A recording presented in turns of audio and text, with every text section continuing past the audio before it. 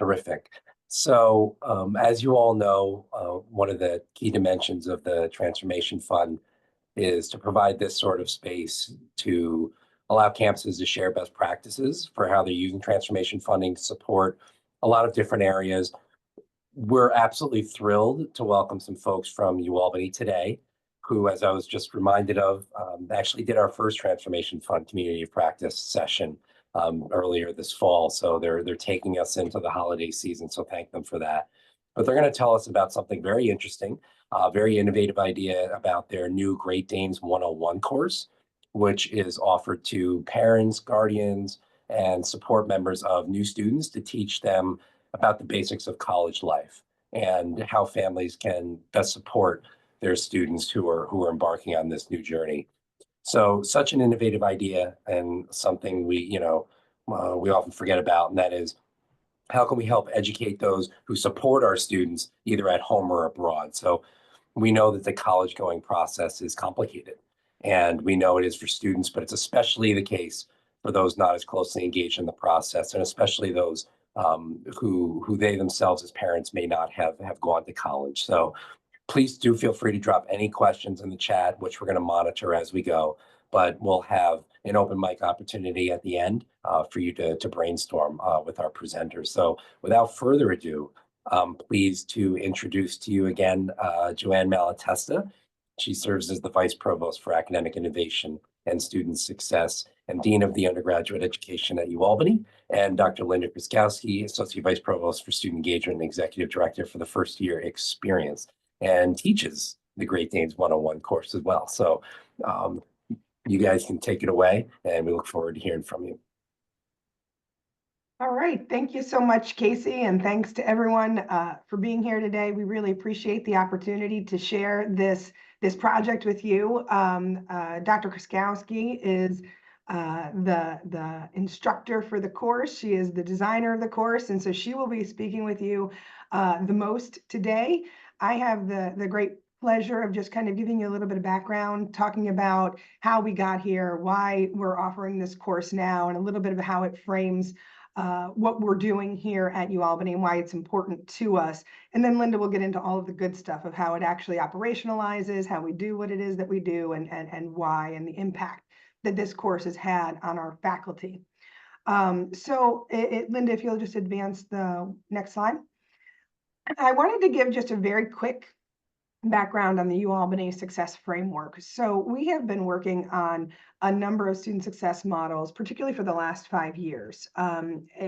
3 years ago, we created the Office of Academic Innovation and Student Success, which brings together a number of different initiatives across the campus and really solidifies the work that we're doing in our framework. But here, what we have are just some of the core principles of how we have moved forward with a number of the different initiatives.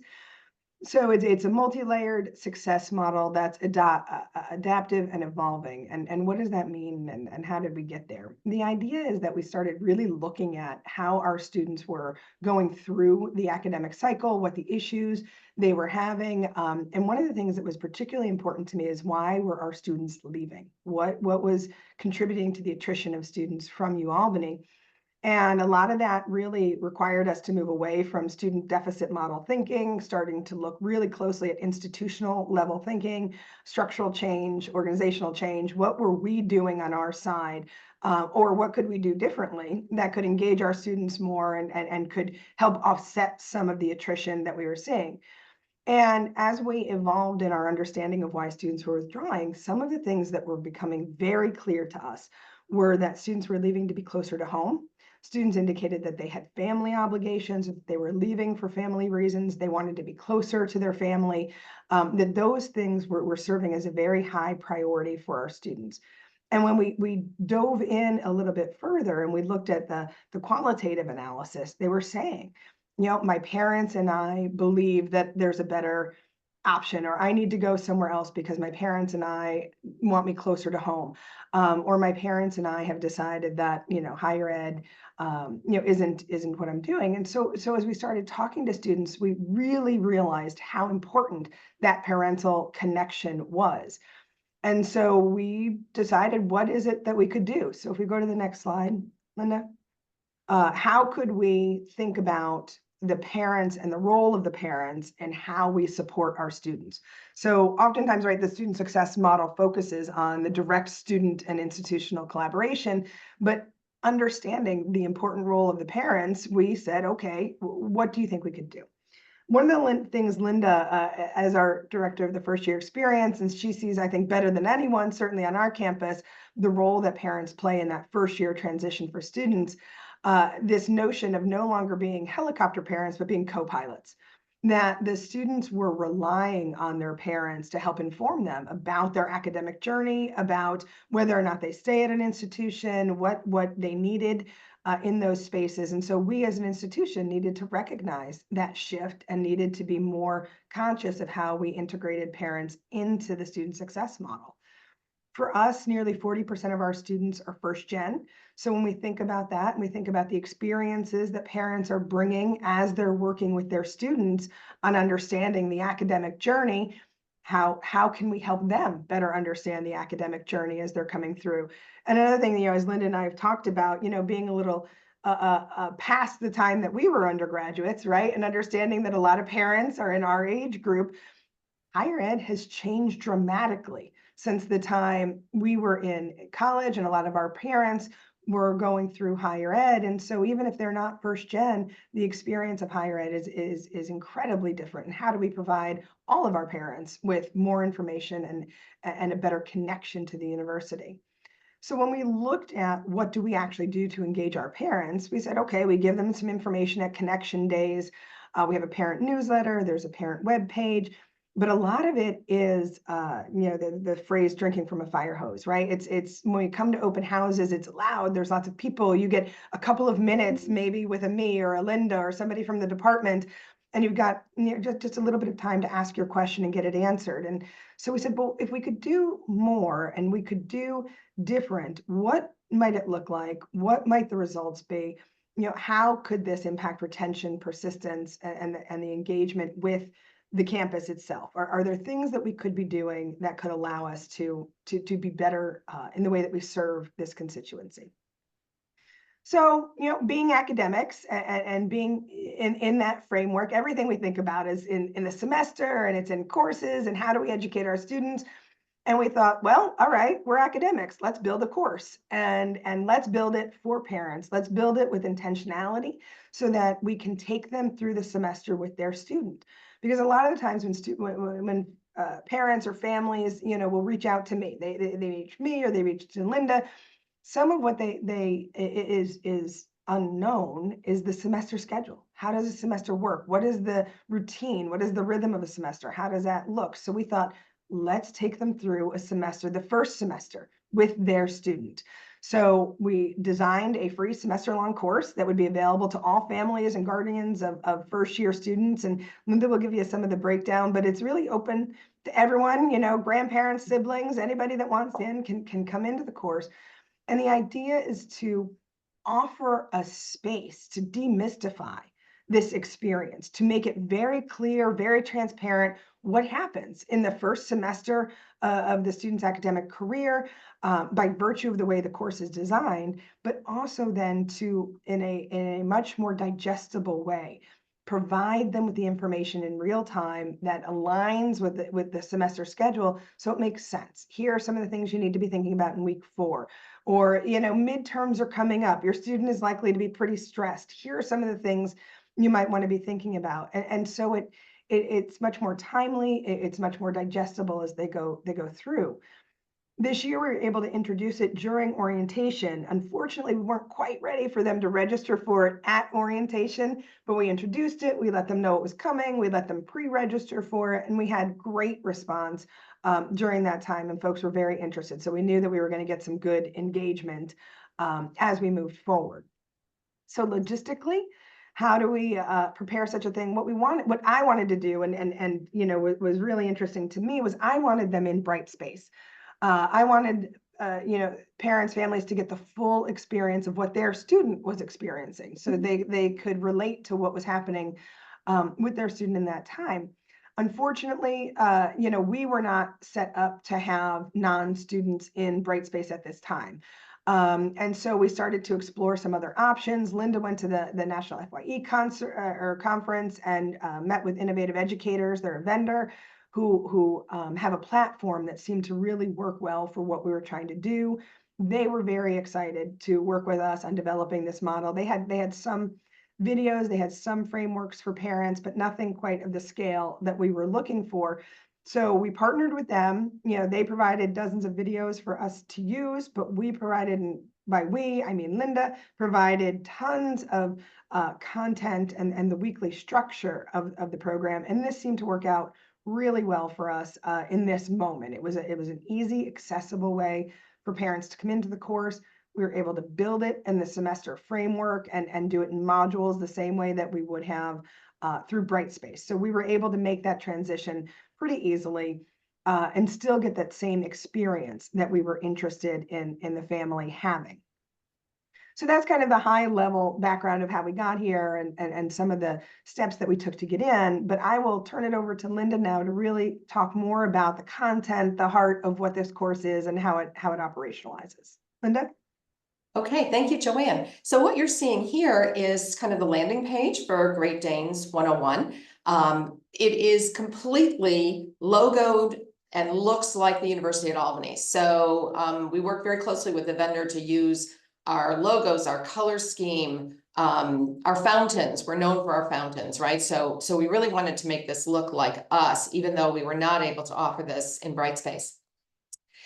So what we wanted to do, though, as JoAnne mentioned, is to ensure that there was an educational experience happening for family members.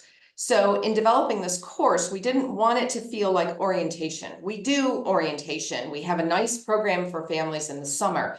But to create this, we wanted it to be academically different. So we started off by creating a syllabus, of course. We had learning goals, not only for the course, but for every weekly class for family members. We set up weekly Zoom office hours so that parents had an opportunity to talk with me every week if they had further questions. We held in-person office hours during family weekend and had a Meet Your Professor session and encouraged family members to bring their students with them so that they were actually modeling going to professors' office hours, something that we desperately want students to do. And just to make it fun, we put a little midterm in there.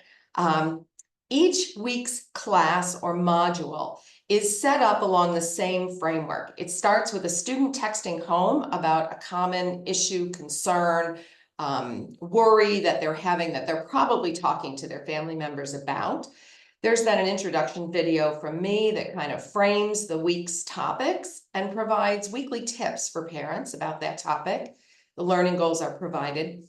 Then we reached out to all of our partners across campus for UAlbany specific videos on that topic. What resources do we provide? Those are coming from the actual people in offices that provide them. After that, we took the content that the vendor had and reorganized that along the framework of our course. So then where we had appropriate transitional topics that were created specifically for parents by the vendor, those were then organized in.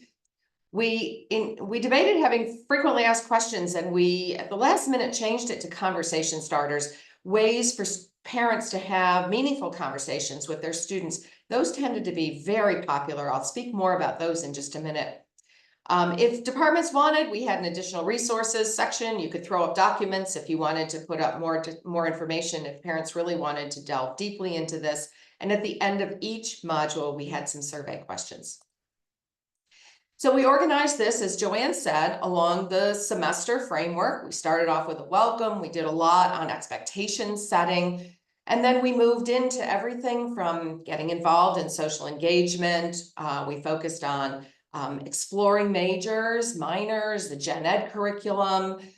We talked a lot about stress and all kinds of well-being. We did that in a general way, talked about it again at midterms, talked about it again as we're getting ready for finals. We looked at experiential learning, career. We also looked at the reality of the student coming home again and how relationships perhaps are changing after they've had a semester's worth of independence. And then we're finishing up right now with thinking ahead to the next 7 semesters or so, how we celebrate graduation here at UAlbany. We've included 4 years worth of planning calendars for families. And we also put in a very nice video on the combined undergraduate graduate programs that we had, so that, again, parents know what kinds of options are here on campus. When it was all said and done, we created over 100 videos. We had over 100 UA conversation starters. The vendor provided us with 27 videos that were folded in. And as I said, some additional documents were put in there. So a tremendous amount of material was available for parents. Now, we tried to make sure that it was organized and accessible. And so one of the things that the vendor provided that was very easy for our learners and particularly important for our population was a very simple toggle. So this entire site is available in both English and Spanish. You can buy other toggles if you're looking for other languages as well. So here's kind of a quick look at the overview, the first page when you land on a class or a module. So it starts off, there's easy navigation on the left side, and then you move into, after you look at the introductory video, I'll show you a quick clip of that in a minute, you move into the University at Albany specific content for that week. Then the vendor content comes in, those national videos that were created specifically for parents. But if you notice, everything about this looks like UAlbany. So everything that we shot in the way of video, we did some in green room and then superimposed videos and pictures in the background. But we tried to really make it look like us. So as I mentioned, each week starts with an opening video. And so 2 in-person finals. The other 3 are final papers. My advisor gave me some good study resources for finals week, and the library has later hours. I'll be glad when finals week is over. Hi, welcome to class. The first semester is nearing completion. No matter what grades your Great Dane earns at the end, they have learned a lot in the past 4 months. But since they will be getting final grades soon, this week we'll look at what final grades for the semester look like. And so for that particular week, we included how final grades and a cumulative average are calculated. We talked about the Dean's List, what that means. We talked about all the opportunities available for students who perhaps did not have the semester that they hoped for in their first semester. Now, I mentioned the conversation starters, and these have been incredibly popular with parents. So they're flip cards, and so they're really nice graphically, but in a particular week, you can click on a card, it flips over, and it gives parents a very specific question that they can ask their student to open up and start having really meaningful conversations. As a parent of students who have gone to college, I know very well, you say, how is everything going? And they say, fine. And you get very little information beyond fine or terrible. And so each week we provided parents with specific things that they can talk to their students about. We found the flip cards, the parents were screenshotting all of this so that they had the flip cards available to them when they talked to their students. JoAnne mentioned that we wanted to learn a little bit more about how much our students were in communication with parents. So we did a quick survey in our FYE classes and found that in the first week or so of classes, about 90% of our students are communicating every single day with their parents, and 70% were actually communicating with their parents more than 5 times a day. So that's a lot of communication between student and parent. As the semester moved along, it does drop off some, but we still have the overwhelming majority of our students are communicating every day with their parents or significant family members. And so the fact that parents were screenshotting these to be prepared for the conversations or texting a specific question to their student, these have turned out to be very, very important in the student-parent relationship. So what do parents do with the information? And so I have a few clips from parents. Our admissions folks actually wanted to do a parent-to-parent conversation as part of the admissions cycle. So this took place about a month ago, and it was designed for the parents of students who are looking at in the college evaluation process right now. And so there was lots of information about the college going process, but I did invite a couple of my parents to see if they wanted to join the Zoom and to see if they wanted to have anything in particular to say about UAlbany. And they said a lot about UAlbany, and they said a lot about this class. So for example, what do parents do with the information? So this is a typical first video coming as part of the UAlbany content. Most of what the offices across campus developed were simply voice over PowerPoint, or they recorded themselves in a Zoom session. So these were not fancy produced videos at all. These were things that my colleagues were doing at their desk and then sending them to me, and we put them up. So this is introducing the Learning Commons, where we have a lot of information on academic support and tutoring.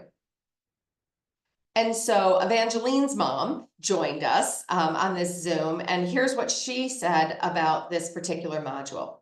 Also letting us know what help is available. So while speaking to our children, if we come across that they are having trouble, we can say, hey, why don't you do this?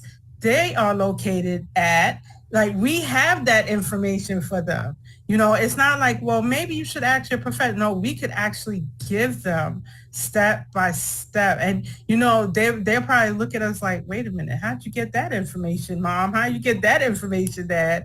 And we can, you know, say, well, I went to Great Danes 101. One of the other things that we found, again, we've stumbled into this. This is brand new for us. But we also found that parents who were getting the same messages that we were supporting their students with now were on our side. And so one of the examples we found here in terms of understanding our freshman population is, as we all know, they come to college with a very finite understanding of the breadth of majors that we offer them. And so one of the things that we do here is really broadly expose them and encourage them to explore other majors, find that really cool minor, but to think about the first year experience as a time of great exploration and learning. And yet, if we have family members in the background saying, oh no, you have to major in X, Y, and Z, then we don't have the families supporting the messages that we're giving our students.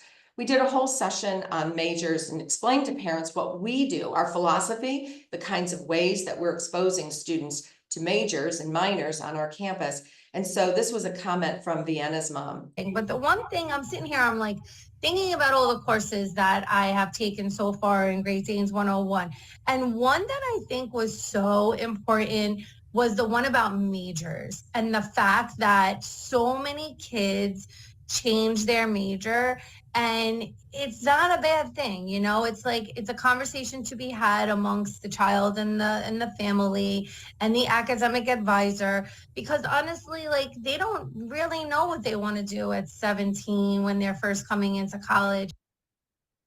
So isn't it wonderful that our parents are reinforcing, But the one thing, are reinforcing the messages that we're giving our students instead of working at cross purposes with us. So that gives you a little snapshot of what the course looks like and the reactions that we're getting. Now, when we set this up, I have a little bit of data to share with you today, but obviously we're still in the midst of the course. We wrap up next week, just as our students are wrapping up next week. But in terms of setting this up, we did try to structure this for further research. And the vendor was very good about allowing us to have an introductory survey first when they set up their account. So we know what of my learners, right? What of my parents, what student they're linked to. We know the education level of the family member who's participating in the class. We know whether they're a UA alum or not, whether or not their student is an online or an in-person learner. We know whether the student is starting as a freshman or as a transfer. And then the vendor provides us with a tremendous amount of data that we can mine, including things like the number of hours that parents are engaged in the site, the number of classes that are completed. We also know, even if this family member is not completing a class, they get a little certificate, little prizes from me if they complete it. But we also know what content they're opening and looking at. So even if they don't review all the content that we've made available in a particular class, we can go back in and look to see what is most valuable to parents. So some of the things that we will be able to ask and hopefully answer is, can we keep family members engaged for a full semester? This just-in-time concept of giving them information over the course of the semester is great, only if they continue to engage in the site. What content is most useful to family members? And I mean, here's the holy grail. Does family engagement lead to higher GPA, student satisfaction, and overall retention? What types of family members engage most, and what types of students benefit most from having their family members engage? So hopefully we'll have a lot more information once we conclude this once, and then look longitudinally at the students to see if they are continuing to engage at Albany and obviously be retained and be successful. But here's a quick snapshot of our results. We had about 530 individuals enrolled. Out of that, 90% actively engaged with material. So they didn't just set up an account because we gave them a QR code at orientation.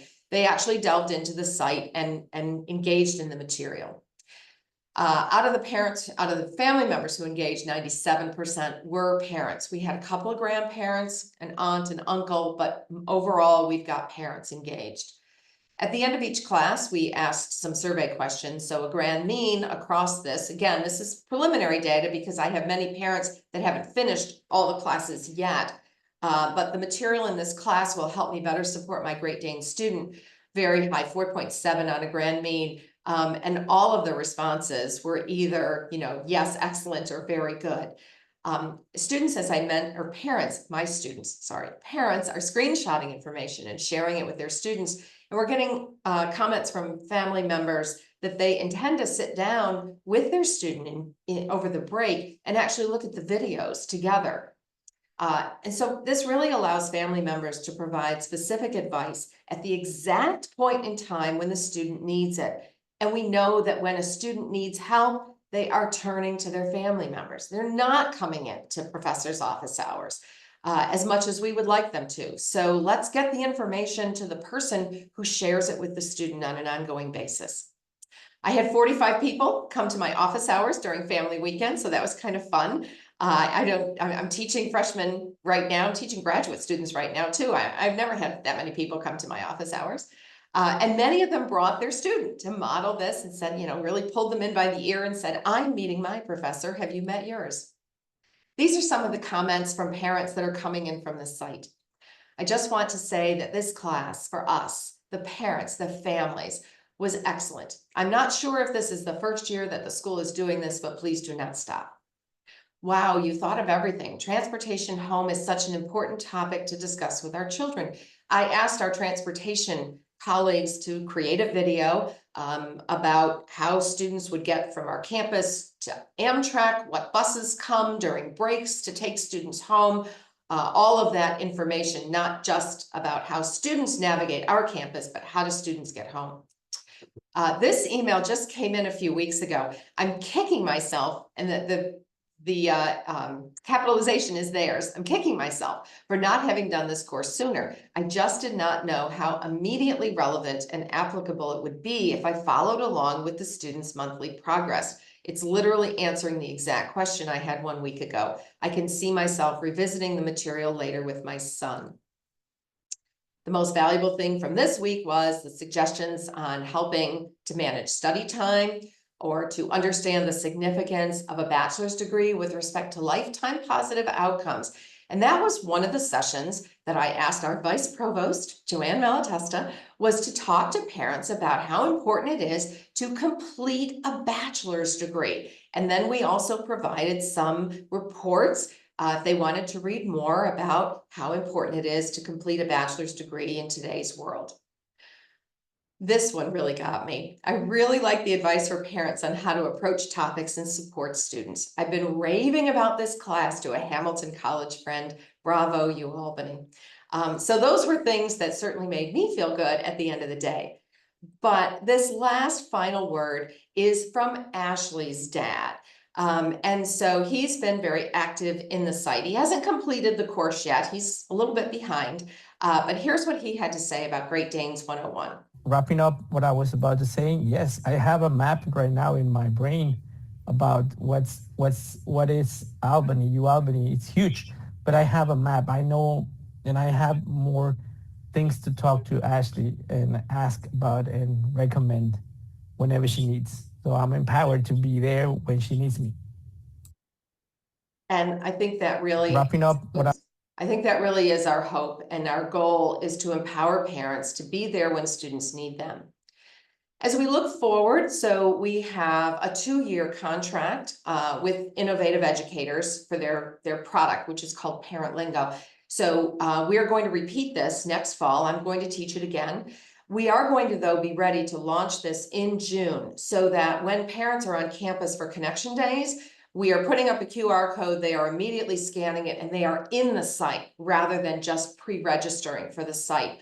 I think that's going to probably double our enrollment. At least I hope it does. And we certainly are going to change how we outreach to transfer families. We didn't have a lot of transfer families in here. We want to modify office hours a little bit, move to Brightspace for the fall of 2026. I don't know if I mentioned we had about 530 learners this year, so I'm hoping that that will go up to well over 1,000 that we would have enrolled next year. And the site can handle that very well. We haven't had any technical issues with the site at all. And in fact, answering the parents and the families' questions, my biggest fear was that I was going to be overwhelmed with parents calling me, emailing me, joining the Zoom office hours. I set them up as Zoom meetings, and as we all know, a Zoom meeting can only handle 200 people at a time, and I was paranoid that I wasn't even going to be able to handle everybody. In fact, the feedback has been, you're telling me everything that I need to know. Thank you.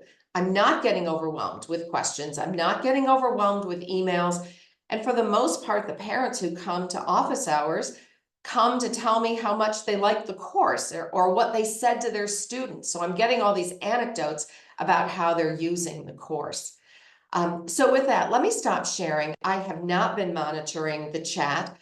So let me turn it back over to Casey. If there's questions from anyone, we're happy to answer those. And like I said, I haven't looked at the chat, so I don't know what's in the chat yet. Don, I also saw you come off. Did you want to add anything before we turn it over to Q&A? I just wanted to say how incredibly impressed I am by this. So as a former faculty member, as a parent, as someone who has worked with parents of students, I just think that the comprehensive nature of what you've created and the inclusive opportunities for parents to share what they're learning is incredibly impressive and really like just should be a model for everyone. I did want to say one of the things that really resonated for me is this idea of the parents better understanding not just kind of college conceptually, but the actual Albany campus, the offices, the very specific places that students are going or should be going or could be using. I think that that's very important because, I definitely saw this and experienced this. Many parents they visit the campus once or twice with their students. Maybe they move them into the dorm if they're a dorming student, but how big a campus is or where places are, that is a really important dimension of kind of the parents understanding their or family members supporting their students' experience. So that really resonated for me. I thought that was very smart dimension, and I loved Ashley's dad's comments. It was that was the best one for me. And Donna, if I could just comment one thing on that. Our biggest concern when we started this was, if we open this door, are we going to get a floodgate of parents? Are parents now going to feel like they can call over and find out if their kid went to tutoring? And can parents now, will they feel like they're going to call the professors? And are they going to be constantly calling me? And in fact, they're using the information to tell their students. They're not reaching out to the campus. We did not open a floodgate of parents who are stampeding into our offices here on campus.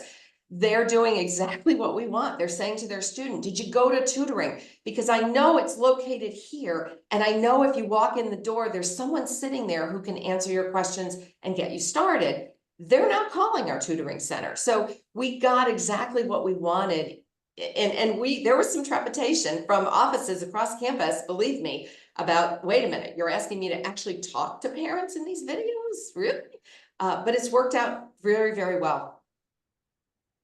And I think, and I'll just add on to that a little bit from an administrative or a higher level, that's part of the institutional change, right? It's no longer looking at what, how we operate and what serves us best or is easiest for us to operationalize, but how do we change what we're doing to provide the information to everyone, to our students, to our parents, to our families, in a way that makes the most sense for them. And so there's change management that comes with that. And there's, managing ourselves and our colleagues and ensuring that this is the way to go forward. But the outcome, it has just been absolutely tremendous in that way. And and this is what I like about that last video too, is it's the empowerment of the parents, right? The more we pull back and don't engage, the more questions they have, the more vacuum there is out there that they're trying to fill and fill in different ways. So providing them all of the information, I think, has had exactly the outcome we hoped for.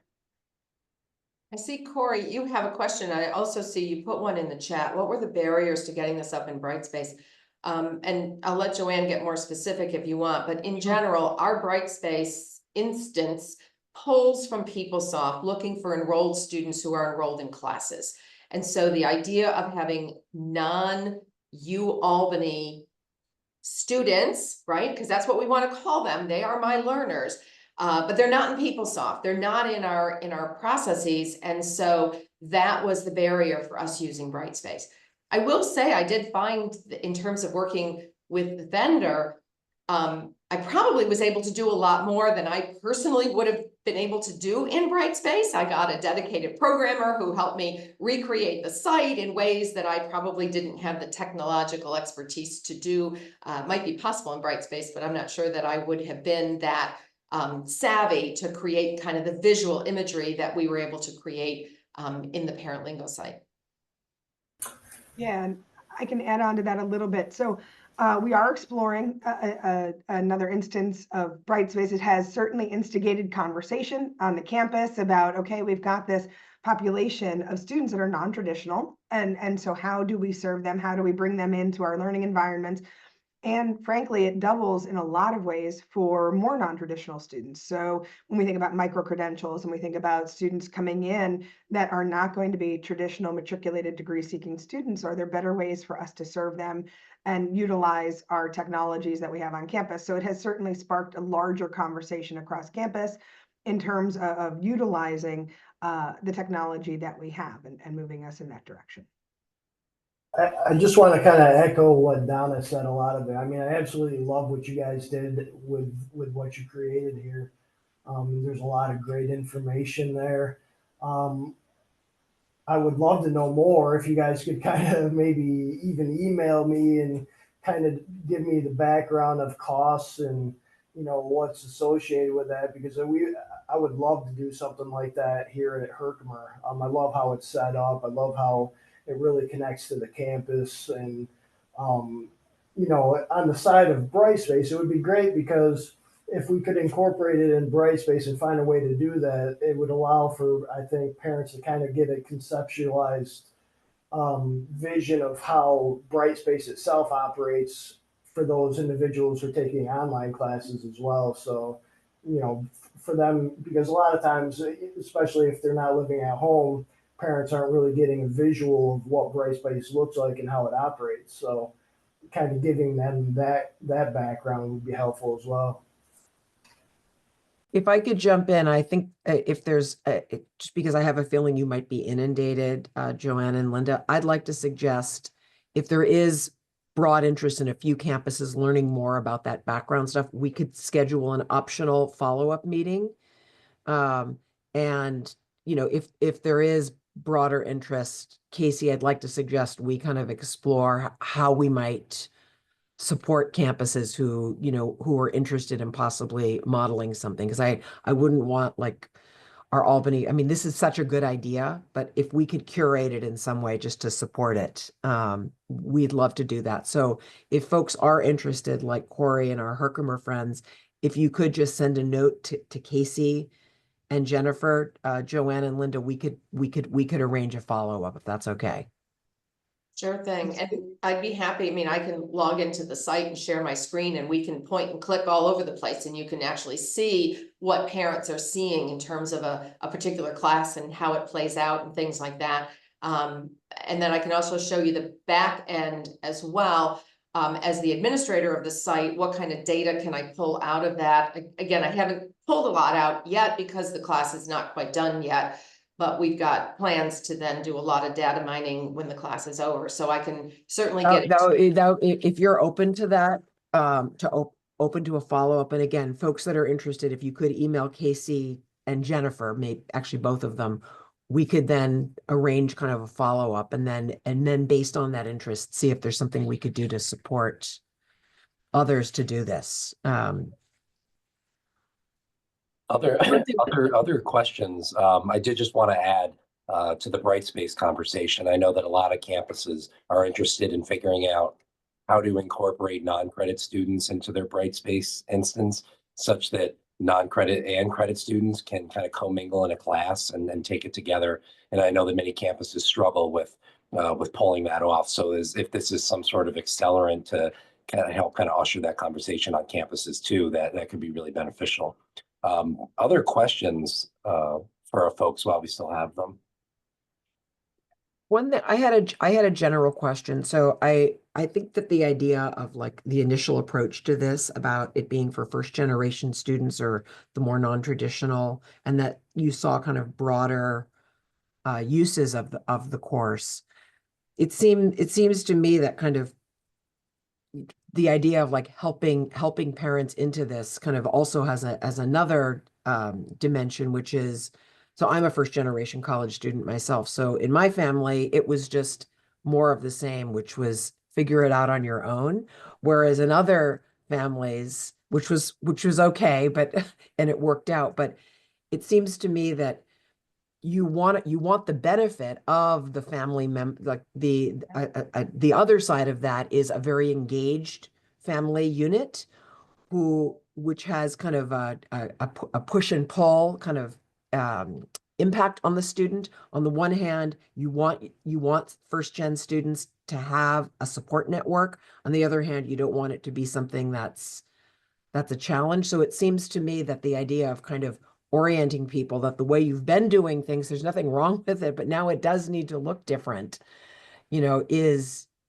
it values that importance of your involvement is critical, because that's always something, in my work at CUNY that we were always discussing, that in no way do you ever want a student who has an extremely engaged family unit to ever feel that that's a bad thing, that's of course something to celebrate, but it's you have to kind of help with the guidance. So it seems like it's what you've created here is a way to both celebrate that and to kind of provide some guidance on the ways that it should look, or it's most helpful that it should look moving forward. So I just wanted to make a comment that that's something that it wasn't explicitly stated, but it's something that I felt kind of percolated in what you shared.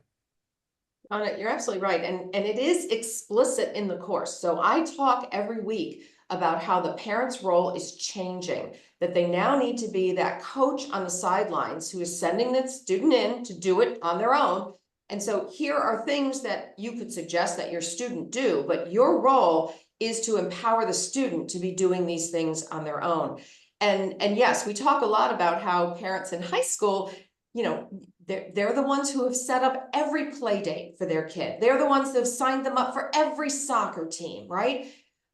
But that's not your role anymore. Is it great for your student to still be involved in clubs? Yes. Here's what we're telling students to do. Here's how they can get the information.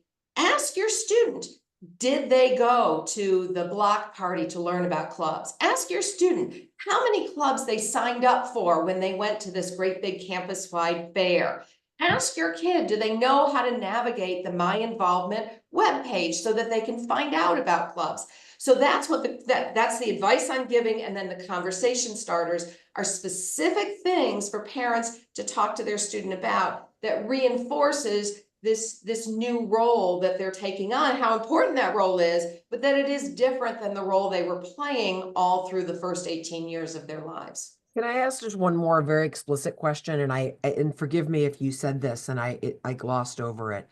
I know at the beginning you mentioned that there were some students who in the first week or two, their parents were in contact with their parents multiple times a day. Mhm. So do you explicitly kind of talk about that over the course of the course, that by necessity really needs to kind of be reduced?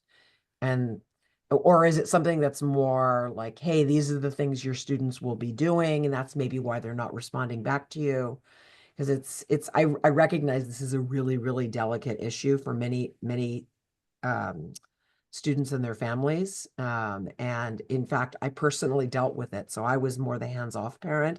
And my daughter actually called me from Binghamton one time to thank me for not expecting to be in touch with her on a daily basis. And only when needed. And then at a certain point said, I may need you to talk to my friends' parents because they seem to think this is what they should be doing. I said, absolutely not. I'm not doing that. Give them my number if they want to call me. No one ever did. But I just was curious, like, do you ever have that conversation, or is it more just something that unfolds?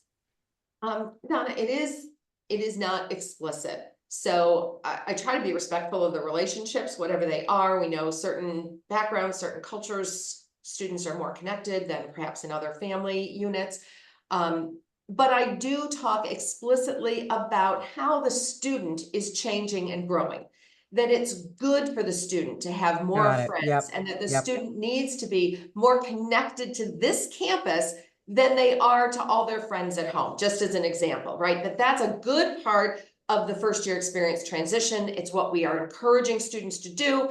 I did a whole session, on family weekend, or no, it was once we got to Labor Day, about please don't encourage your student to come home. We want them to stay on campus. If they are staying in our dorms, we want them to be here for the weekends and become connected to the campus. And if you're a commuter, these are the ways we want your student to come back outside of their classes to connect with our campus. So I do it in that way rather than explicitly suggesting that their communication should slack off throughout the semester. Does that kind of answer your question about how? And again, this is our first absolutely. time. Thank you. Yeah, we're feeling this out. So we may get feedback from parents that suggests that we need to change that a little bit. I just have just one interesting question. Do you find that this might have compelled any of your 530 some odd parents to actually enroll at SUNY Albany? Have they been inspired enough by the experience of learning about college that they've perhaps thought about becoming an adult learner? Because I reflect back on when I was teaching classes, my mother took her first college class with me. She'd never been to college. And I recall that moment being interesting for her because she was learning all about what college meant and how to navigate Brightspace, which I helped her with. And now she attends class every semester and has accumulated like 12 credits. So what began as just kind of an information gathering really became an endeavor to earn a degree just for her own, personal goals. So I wonder to what extent you think any of these students might become registered students in the future. Casey, I don't know. I haven't heard of anything. We didn't explicitly ask parents. We are going to do a follow-up survey of our learners in the spring semester. But I have one parent who has said to me repeatedly that once her child graduates from UAlbany and she has a little bit more flexibility with her job, she's applying for a job here. She loves all the people she's met on the videos and she wants to come work for UAlbany, preferably in admissions, because this is where every student has gone. So that's the only anecdotal evidence I have. I will say, Casey, and in response to that, that was a consideration for us in the very beginning. And that was partially why we wanted Brightspace so much. Bring them into the university. So yes, it was about educating them about UAlbany and this, everything that we're doing, but it was also, and so we've floated at the end of the class, do we say things like, great, now enroll for your next course? Or do we institute a program where if they do all of these things in the course, can we give them a tuition something, or whatever? So we're not there yet. But your point and where you're going with that is absolutely something that is on our mind. And how can we cultivate our parents to become affiliated and to become learners at UAlbany. It is absolutely something we're thinking about. That's great. Anything else?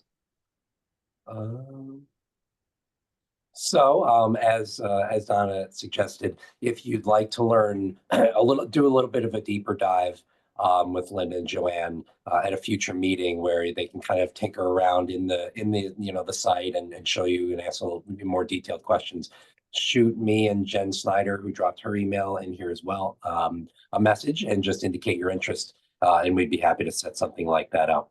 Of course, there's going to be an evaluation, as there have been with others of this session. So if you take a few moments to respond to that, we'd really appreciate it. Huge thank you to Linda and JoAnne for sharing more about this very cool idea. It sounds like it was a ton of work and it's truly paid off. So a lot of interest in this field. We're hoping to learn more from you about it. And thank you everyone as well for attending. And I hope everybody has a terrific holiday. Thanks, Casey. Thanks so much for having us and letting us share. This is a project that we are in love with. So we love to talk about it and to share it. And so thanks for having us. Of course. Thank you. Thank you Thanks all. very Bye much. bye.